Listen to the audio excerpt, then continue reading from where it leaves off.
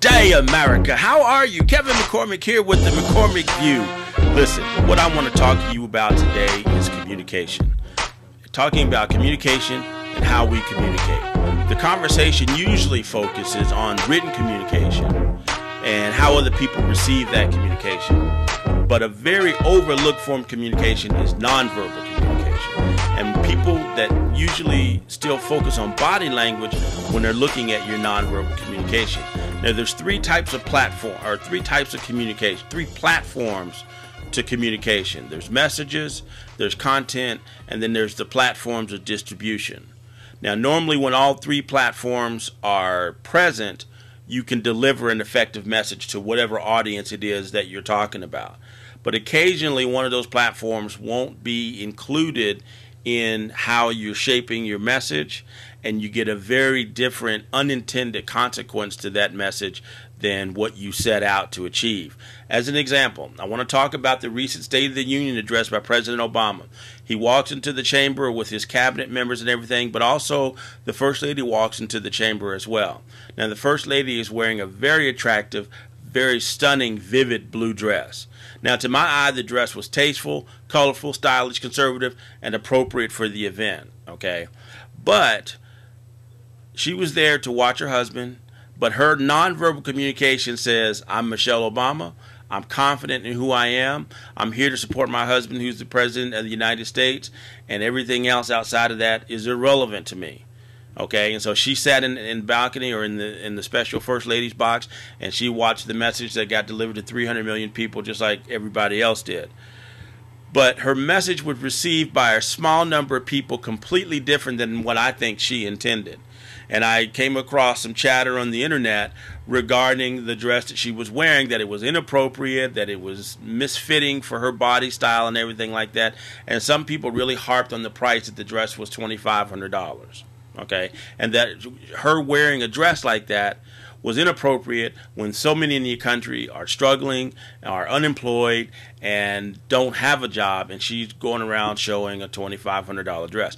Now, we could get into discussion all day long about whether that's really the message that she gave off or not, or whether it's appropriate that she should wear a dress that costs $2,500 or not in today's economy. That's a whole separate discussion that I think I'll touch on in a future edition of the McCormick View, okay?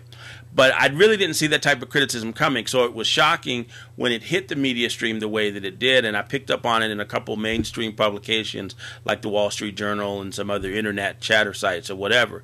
I believe that it was just really a small, disgruntled number of people that are just basically don't like Michelle Obama or don't like President Obama or the Obamas as a couple for any reason. They could be out there like Mother Teresa saving the earth, and these folks would not like anything that they did. So that's where I believe a lot of that comes from. But it just was interesting to me that that type of her nonverbal communication came out that way and was received differently to a number of people than I'm sure than she would have ever intended for it to be. So we all communicate. We all communicate verbally. We all communicate non-verbally. And so the lesson that I want you to take away from the First Lady's situation is to know that you are communicating to everyone regardless of whether you actually think about your communication or not. You are communicating to everyone. And so you have to keep that in mind to some degree. So be confident in your message. But in order to be confident in your message, you need to know your audience. And in knowing your audience, that will help you shape your message in a confident sort of way so that you can communicate more effectively when you get to the content and the platform distribution stages of your message chain. Okay, so you need to make sure that you know your audience. So get out there, know your audience, understand what they do, make your message relevant, make it timely, and make it beneficial to your audience. Give them some value-added things in your message that make them want to come back for more of what you've got to say. Okay, that's how you can make your message relevant to your audience. Making it timely goes without saying. If it's something that's constricted by a timeline, make it timely. Okay, now those are the tenets of basic communication: message, content, platform. And within the message, you got verbal and you've got nonverbal. And so you have to be aware of both aspects of your message, especially in a visual medium such as video, television, movies, and that kind of thing.